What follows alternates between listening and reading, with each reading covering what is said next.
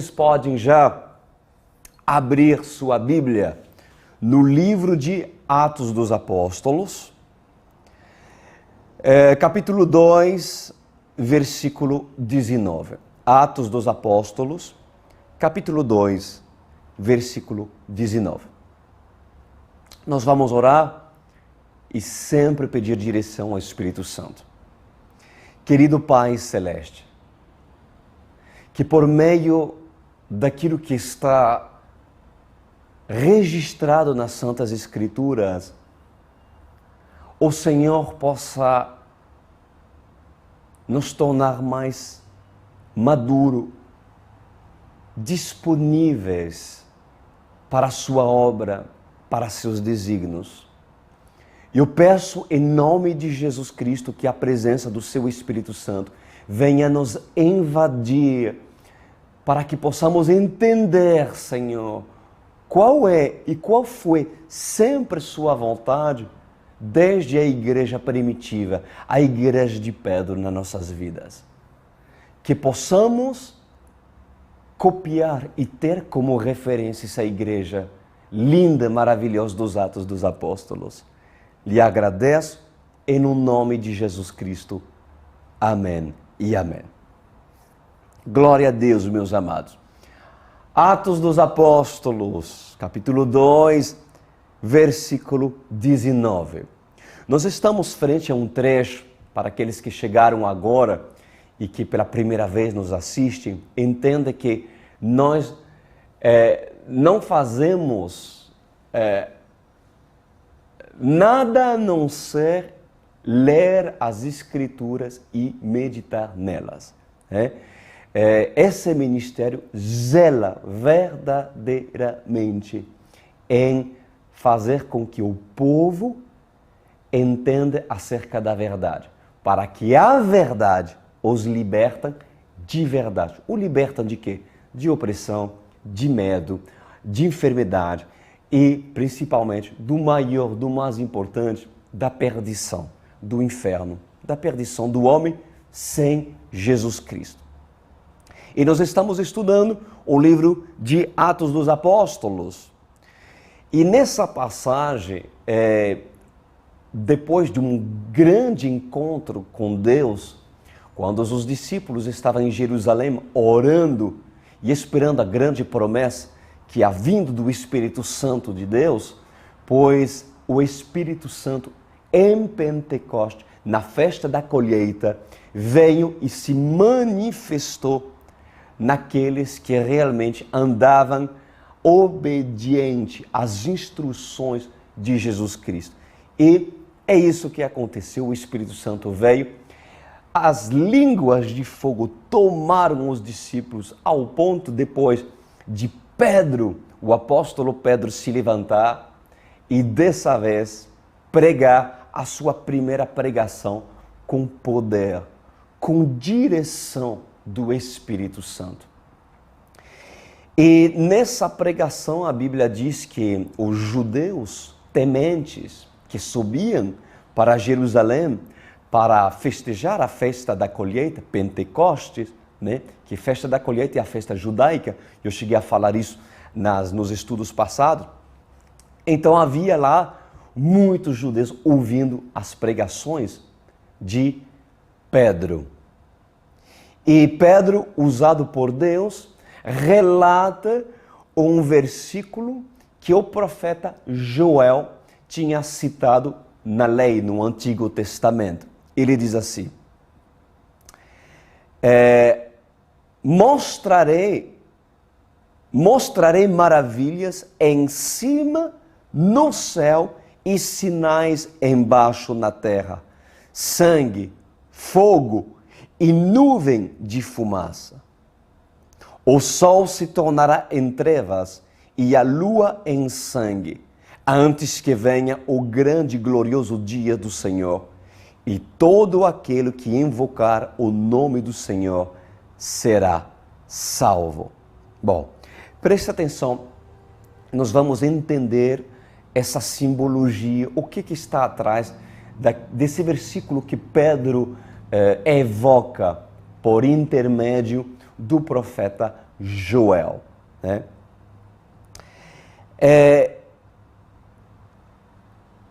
Para falar com os judeus, Pedro tinha que usar a própria palavra de Deus, que os próprios judeus tementes obedeciam. Então, as escrituras, o apoio das escrituras no Antigo Testamento tinha um peso fundamental para que a veracidade do poder de Deus, segundo a palavra que Pedro proferia, seria a única opção para que haja uma mudança real, uma transformação e uma conversão verdadeira por parte dos judeus. Então, por isso que Pedro usou a palavra de Deus. E Joel disse, o profeta Joel disse que mostrarei maravilhas em cima, no céu. Mostrarei maravilha. Isso é antes de Jesus, bem antes de Jesus.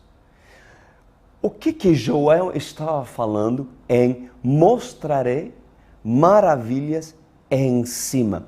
Quais seriam essas maravilhas? As maravilhas de em cima, pois não existe mais claro do que para demonstrar e mostrar por parte de Deus as maravilhas de cima do que a volta de Jesus. A volta de Jesus. Por quê? Porque todo olho o verá. Vindo como cavaleiro branco e vindo nas nuvens. Esse é um sinal, isso é uma maravilha que Deus mostrará para a humanidade. Que mais? Que outro tipo de maravilha em cima no céu o Senhor permitirá que os habitantes na terra poderão experimentar? O arrebatamento da igreja. Já falei sobre isso, o famoso arrebatamento. Antes da volta de Cristo, o Senhor tomará a sua igreja e num piscar de olho como relâmpago, muitos desaparecerão. Por quê? Porque serão tomados no céu. É uma coisa muito louca, mas é verdade. Isso será um grande sinal no céu. Que mais? Outra maravilha em cima no céu que Deus mostrará. As chuvas de pedra que serão lançadas do céu como bolas de fogo. A Bíblia fala, as saraiva que virão e matarão muita gente no dia da ira do Senhor. No livro de Apocalipse fala sobre isso, pois naquele dia será um tremendo sinal também vindo do céu. Vamos lá, continuando. Diz assim, mostrarei maravilhas em cima no céu e sinais embaixo na terra. Quais seriam esses sinais que na terra nós teríamos? Bom, eu vou lhe dar um sinal que Deus está dando para você e para mim. Aquilo que Isaías fala no livro de Isaías, capítulo 41, versículo 18. Diz assim, abrirei rios em lugares altos e fontes. No meio dos vales, tornarei o deserto em tanque de águas e a terra seca em manancial. Plantarei no deserto o cedro e a árvore de cita, e a murta e a oliveira juntamente, porém, no ermo da faia, o olmeiro e o álamo, para que todos vejam e saibam e considerem e juntamente entendem que a mão do Senhor fez isso, o Santo Israel o criou. O que estava se referindo? Que tremendo sinal na terra. O deserto é Israel, Canaã. Se você vai para Israel, é um deserto, é só pedras, meus queridos. Mas como que Deus fez com que hoje existe uma civilização em Israel? Pois se você vai e ver, você perceberão que há um sistema de irrigação, inclusive, único no mundo.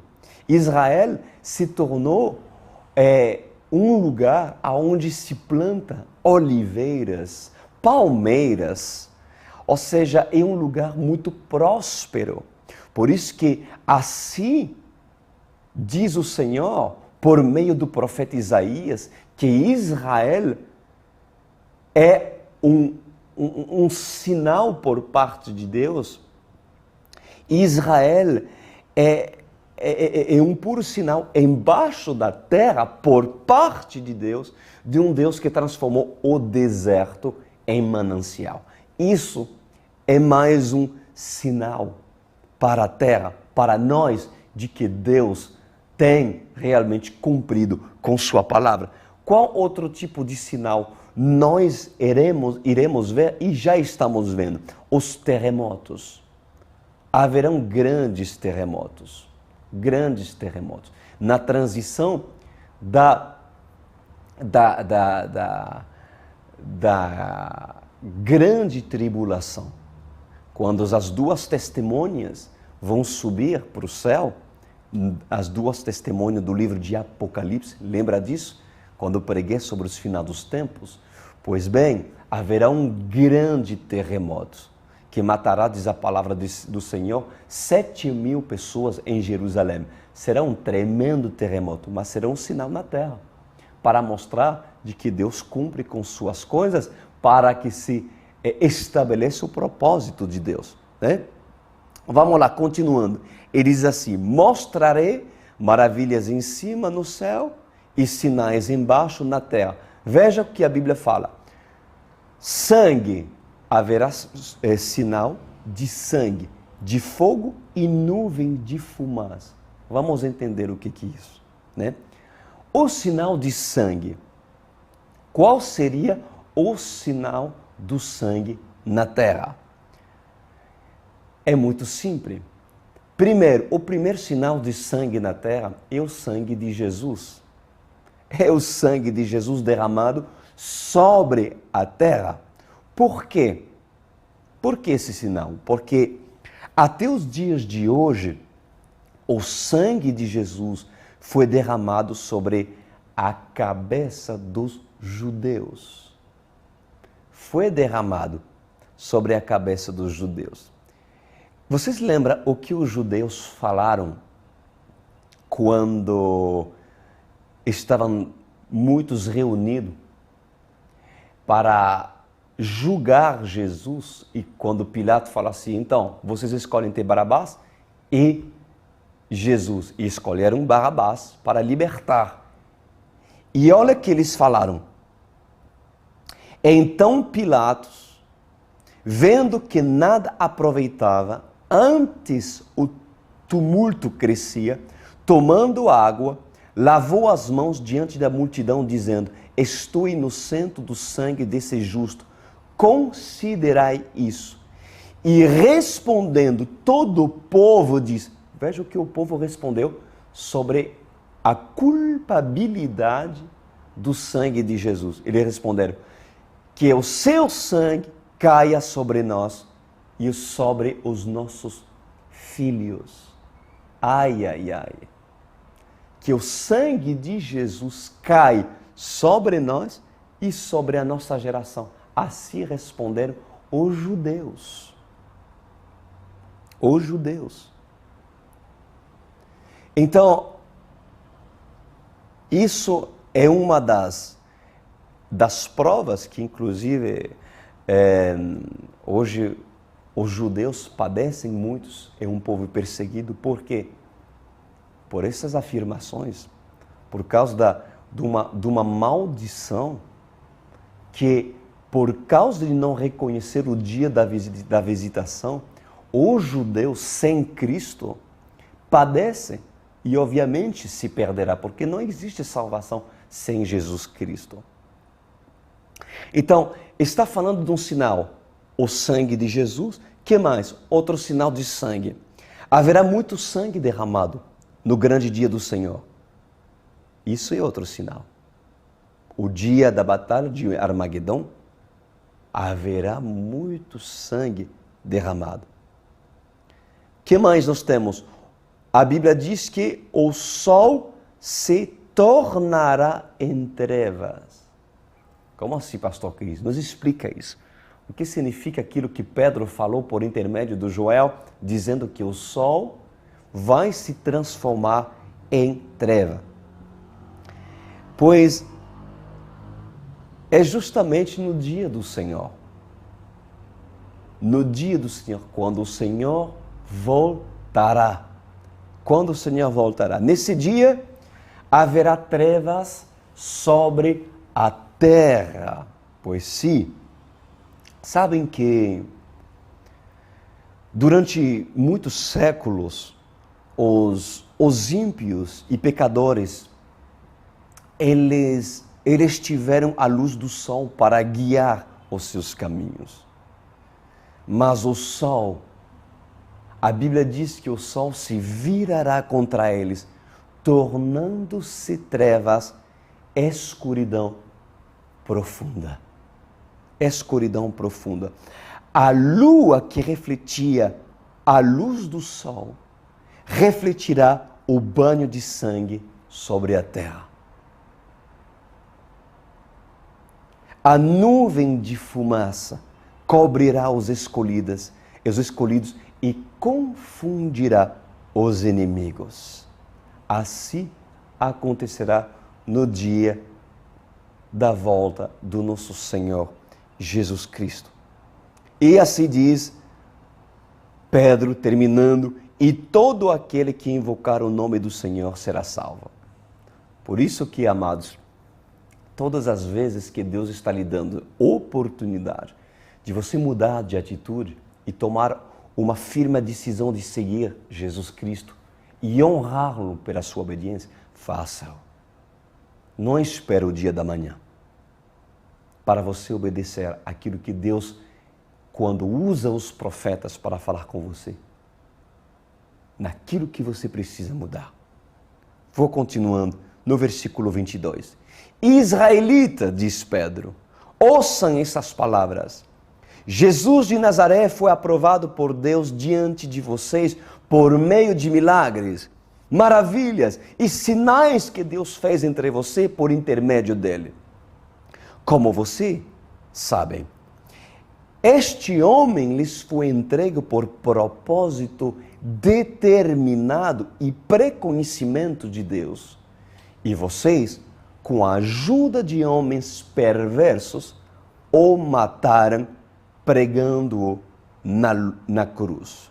No versículo 24, diz assim: Mas Deus o ressuscitou dos mortos, rompendo os laços da morte, porque era impossível que a morte o retivesse. Uau! Ali eu quero falar muitas coisas tremendas nessa noite para a sua vida. Pedro deixa bem claro que era impossível que a morte o retivesse Jesus de cumprir o propósito dele para que Jesus, como filho do homem e filho de Deus, derrotasse Satanás. Derrotasse Satanás. E Pedro enfatiza algo tremendo aqui também, que além de Deus o ressuscitar Jesus, né? Jesus fez com que a sua função e seu propósito rompesse o laço da morte. Jesus rompeu o laço da morte. Eu vou lhe explicar como que tudo isso aconteceu. Como que Jesus Cristo rompeu o laço da morte? Como assim, pastor Cris? De que forma Jesus conseguiu vencer a morte? Então eu vou ensinar para você, através desse estudo, os passos de Jesus ter vencido. Como? E por que Jesus fez isso? Porque muitas pessoas podem pensar, mas pastor, será que Jesus precisou mesmo precisaria passar por tanto sofrimento para me salvar? Jesus não poderia ter vindo já com espada, com seu escudo, com corpo glorificado diretamente do céu para derrotar Satanás na terra e acabou? Por que Deus não fez isso? Vocês vão entender. Porque existe um propósito legal, segundo os princípios que Deus estabeleceu. E Deus não quebra princípio que Ele mesmo coloca em nome de Jesus. Nós vamos entender isso. Então eu quero explicar hoje os passos que Jesus precisou passar para vencer Satanás e salvar o homem. Para nós entendermos primeiramente, nós precisamos iniciar nosso estudo antes da criação da terra. Antes da criação da terra. Quando ainda não havia pecado de Lúcifer no céu. Você sabe que Satanás, antes de se chamar, inclusive Satanás, um anjo caído, Satanás foi chamado de Lúcifer, anjo da luz. Era um anjo maravilhoso que servia a Deus e que tinha uma posição muito privilegiada no céu. Mas num recorrer do tempo, esse anjo da luz, ele quis se igualar ao próprio Jesus. Ao próprio Jesus. Por quê? Por causa das faculdades privilegiadas que Lúcifer tinha recebido por parte de Deus. Ou seja, era um anjo que tinha muito poder, uma sabedoria sobrenatural, tudo dado de Deus, dons otorgados por Deus, que fazia com que a formosura de Lúcifer era realmente apresentado como um anjo deslumbrante, mas criado por Deus. E a Bíblia diz que um recorrer momento, dentro da existência, no mundo do reino dos céus, Lúcifer se rebelou contra Deus. Se rebelou porque quis ser a igual do próprio Jesus. Saiba que Jesus sempre esteve, sempre foi, sempre existiu e sempre esteve ao lado, à direita do Pai. Mas Lúcifer quis o assento de Jesus. Então, houve, por meio dessa confusão, dessa exaltação de Lúcifer, Lúcifer começou a trazer contenda no céu. E o seu poder de persuasão foi tão grande, tão forte, que conseguiu persuadir 1/3 dos anjos criados por Deus. Ou seja, os anjos, 1/3 dos anjos criados por Deus foram simplesmente influenciados em seguir Lúcifer e se rebelar contra o próprio Jesus. Contra o próprio Jesus. Mesmo sendo que todos os seres celestiais viviam antes em plena harmonia e em perfeita ordem. Mas um dia Lúcifer se rebelou contra Deus e conseguiu influenciar 1/3 dos anjos que serviam o Altíssimo.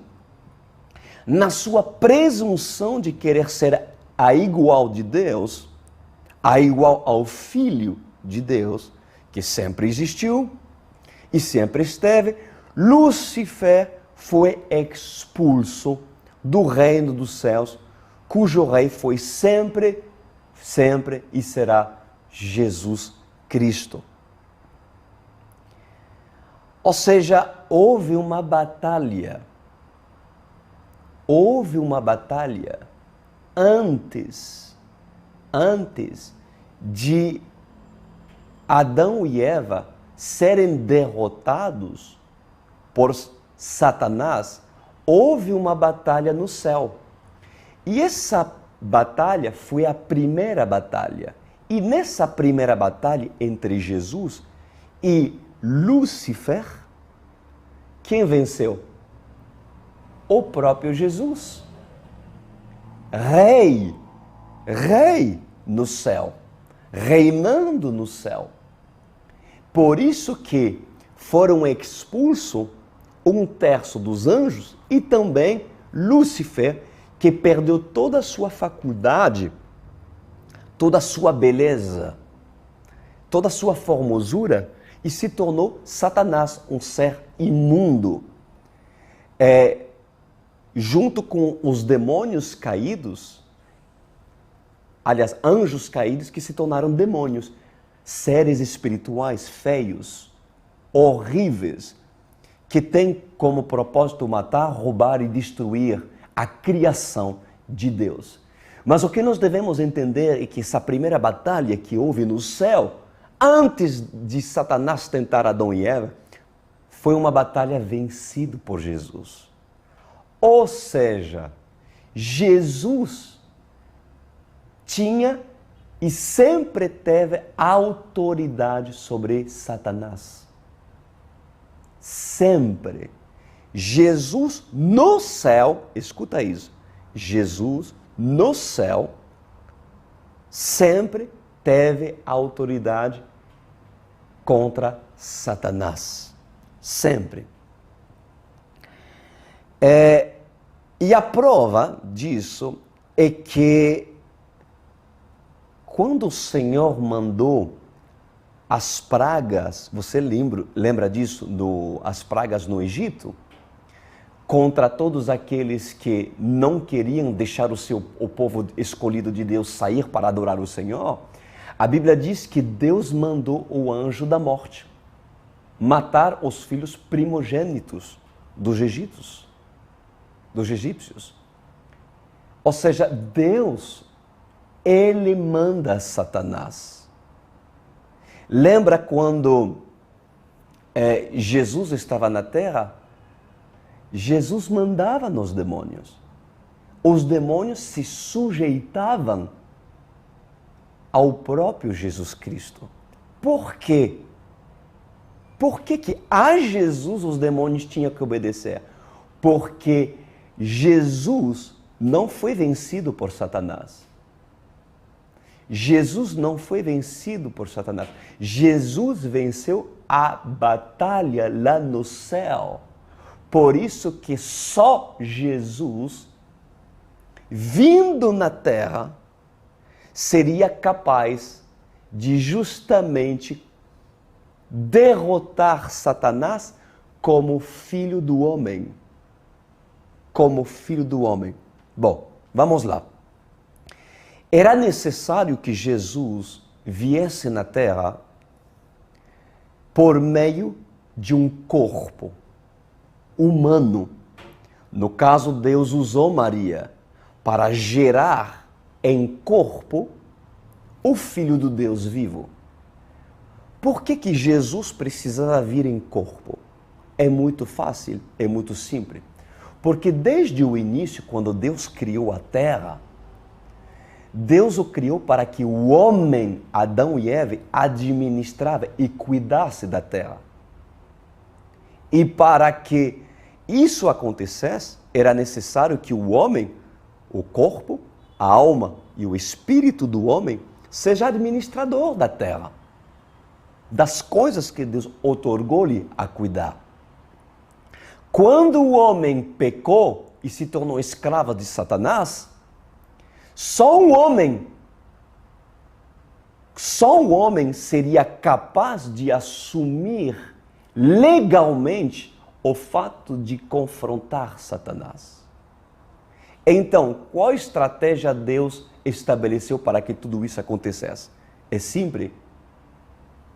Enviando seu Filho Jesus Cristo, que venceu Satanás, que tem autoridade, porém, como homem, para ser legal na terra. Somente o homem poderia derrotar Satanás legalmente na terra, porque Satanás derrotou o homem e somente o homem poderia derrotar Satanás. Não no céu, mas na terra. Existem 2 reinos. O reino dos céus e o reino na terra. No reino dos céus, Jesus venceu. Mas o reino que foi dado ao homem na terra, foi cedido, foi dado a Satanás. Então, legalmente, era necessário que o próprio Jesus viesse aonde lhe foi emprestado o corpo, um corpo para poder habitar e assim derrotar Satanás no reino que foi cedido por Adão e Eva ao próprio Satã. Então é um assunto legal, de legalidade, e isso nós devemos entender. Então, mesmo na lei, Deus mandou na morte e a morte se submetia. A Trindade, ela tinha domínio sobre a morte, mas não o homem. E o reino de Deus já tinha sido vitorioso sobre as obras das trevas, mas o reino na terra fracassou contra Satanás. Por isso que nós devemos entender bem aqui aquilo que eu estava lhe explicando.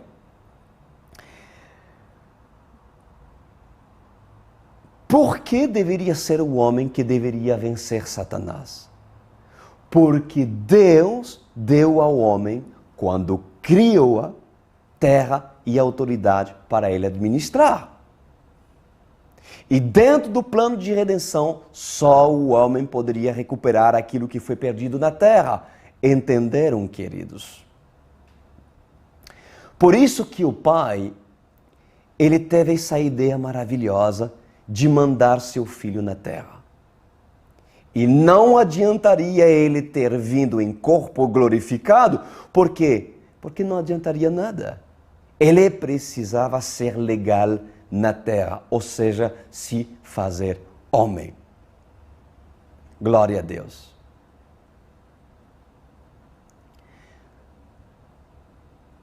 No menino Jesus não havia pecado, porque a semente veio do Pai Celeste e não de um pai terrestre.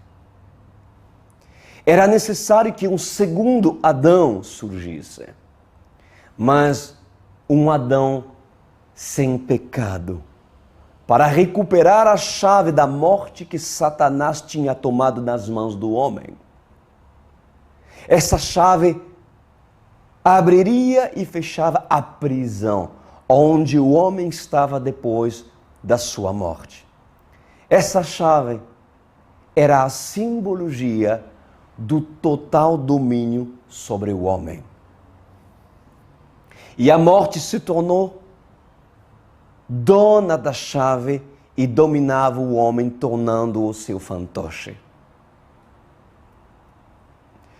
Percebendo que o Salvador da humanidade tinha nascido, Satanás moveu seu exército para matar o menino, mas o Espírito Santo, aliado de Maria e José, orientava o casal e recebia instrução para que escaparem das garras do inimigo. O menino cresceu e o grande confronto entre o segundo Adão e Satanás começaria quando Jesus estaria em idade madura para confrontar a morte. E a Bíblia diz que era necessário que Jesus esperava os 30 anos. Para quê? Para exercer seu sacerdócio, para iniciar sua missão, porque 30 anos, segundo os judeus, era a idade da maturidade em que um homem poderia assumir seu sacerdote como fariseu, como mestre da palavra de Deus. Assim, com Adão e Eva, dentro das condições naturais, Jesus deveria ser tentado por Satanás para que Satanás tenha sua chance de derrotar e interromper o plano de salvação. Adão e Eva caíram, eles caíram em tentação e perderam, mas Jesus não perdeu. Glória a Deus, meus amados. Agora nós vamos entender os passos da cruz. Por que Jesus venceu o laço da morte? Por que Jesus precisou passar por a cruz? Bom, como eu já lhe falei anteriormente, você pode pensar assim, mas por que Jesus deveria morrer na cruz, sendo que venceu Satanás quando tentou? Por que Jesus precisou, então, passar pela cruz? A resposta é essa. Porque a crucificação no madeiro, na cruz, foi o método, a estratégia que o Pai escolheu para vencer Satanás. Vocês precisam saber que a cruz significa maldição. Você sabia que a cruz significa maldição? A cruz é o madeiro na Bíblia e o madeiro representa a maldição. Por mais incrível que pareça, não venha se surpreender, mas a cruz representa a maldição. Veja o que fala no Novo Testamento, o livro de Gálatas, capítulo 3, versículo 13. Diz assim: Cristo nos resgatou da maldição da lei. Como que ele nos resgatou da maldição da lei? Fazendo-se ele próprio maldição em nosso lugar, porque está escrito: maldito todo aquele que for pendurado em madeiro. Ou seja, todos aqueles que foram pendurados numa cruz, num madeiro, era maldito. Era maldito, porque a cruz representa a maldição. A maldição. E a Bíblia diz que Jesus se fez maldição, por quê? Usando propositalmente a cruz para cumprir um propósito. Quando a Bíblia diz que Jesus se fez maldição, isso não quer dizer que Jesus foi maldito. Não, obviamente que não, Jesus não foi maldito, mas ele se fez maldição. Você já se fez de bobo? Eu já me fiz de bobo, mas isso não quer dizer que eu sou bobo. Se fazer de não quer dizer ser. Mas Jesus usou a cruz, na verdade, com um propósito de ele tomar sobre ele, sobre si mesmo, pecados e maldição que deveriam cair sobre nós.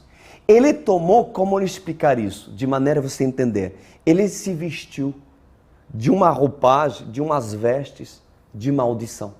Mas ele não se tornou maldito, porque Jesus não perdeu sua essência. Mas ele se fazer de maldito teve um propósito principal. Por que Jesus precisou se fazer maldito? Ali está a resposta. Porque todas as pessoas, a maioria, das pessoas que morriam na lei, estavam sendo aprisionadas por Satanás, que tinha a chave da morte. E a única forma de libertar essas pessoas na lei era tomar a chave da morte, que alguém fosse no inferno, tomasse a chave de Satanás, arrancasse a chave de Satanás da morte, do demônio da morte, que aprisionava as pessoas. Só que, para entrar no inferno, legalmente, tem que ter pecado, porque o inferno foi feito e criado, inclusive, pelo próprio Deus, como uma prisão aonde há pecado. Então, Jesus, como Filho de Deus, que nunca pecou, legalmente não poderia entrar no inferno. Para ele ser legalizado no inferno, era necessário que Deus usasse de estratégia e usasse a cruz, a maldição, para justamente o próprio Senhor se fingir de maldito, para depois descer no inferno e tomar das mãos de Satanás a chave da morte. A chave que tem poder de abrir e fechar. Isso não é tremendo, meus amados? Isso não é forte demais? Ou seja, o fato de Jesus passar pela cruz é nada mais e nada menos que uma estratégia divina para tornar o Filho de Deus legal em derrotar Satanás. E se fazendo maldito, ele foi autorizado a entrar no inferno. E Satanás, imagina o alvoroço, Satanás com todos esses demônios, que era o quartel-general, onde todos se reuniam lá no inferno, que era de Satanás. Hoje o inferno não é de Satanás. Quem tem a chave do inferno é Deus. Para fechar e para abrir. Fazer entrar quem Ele quer e quando Ele quer. O próprio Deus é quem fez e criou essa prisão. E essa prisão foi feita e criada principalmente no início para Satanás. Para aprisionar os anjos rebeldes. Mas infelizmente, entrarão também todos aqueles que obedecem às ordens de Satanás. Todos aqueles que não querem Jesus Cristo como Rei. Mas por um princípio legal, Deus usou essa estratégia para que, entrando no inferno, Jesus derrotasse como Filho do homem, Filho de Deus, Satanás, uma segunda vez. Jesus derrotou Satanás no céu. Foi uma tremenda derrota. Todos foram mandados embora. Mas a segunda derrota foi no reino da terra. Foi na terra um reino que foi cedido. E Satanás foi derrotado uma segunda vez pelo próprio Jesus. De tal forma que hoje todos aqueles que creem nesse nome poderoso e que seguem as instruções e mandamentos do Senhor poderão se beneficiar dessa vitória e assim participar de um reino futuro onde haverá paz, alegria, harmonia. Haverá um reino recuperado pelo próprio Filho de Deus e será entregue nas mãos dos filhos de Deus, que se tornarão sacerdotes real e reinarão junto com Cristo. Que tremendo, meus amados. Foi uma palavra hoje de ensino, onde nós aprendemos, mas como Jesus Cristo venceu os laços da morte. Mas é muito provável que nesta noite muitas pessoas estão sendo ainda oprimidos e passando por opressões malignas, tais como insônia, ou doenças, maldição, pessoas oprimidas por vícios, malditos vícios que foram trazidos de geração em geração, desejos que essas pessoas não querem viver, mas parece que é mais forte que você, porque você diz, mas eu preciso me libertar disso, mas eu não consigo.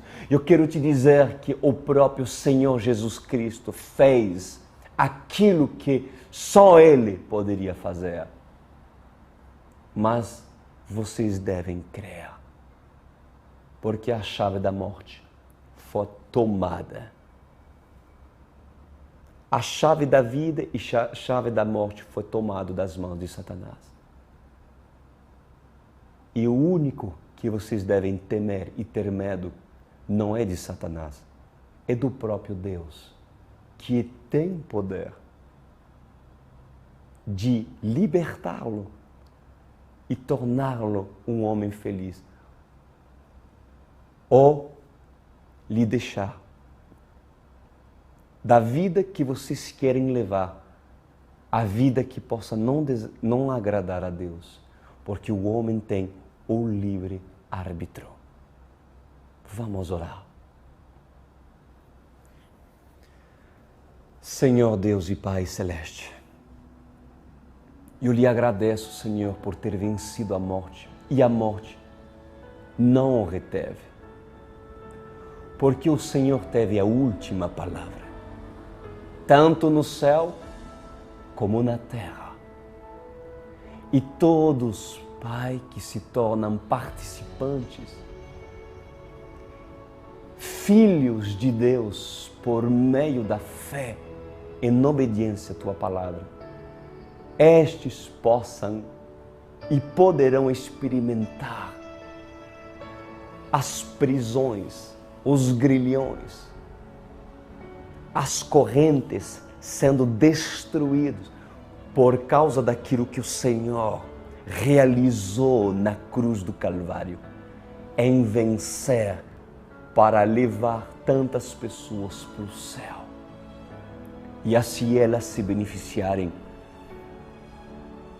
do reino do céu.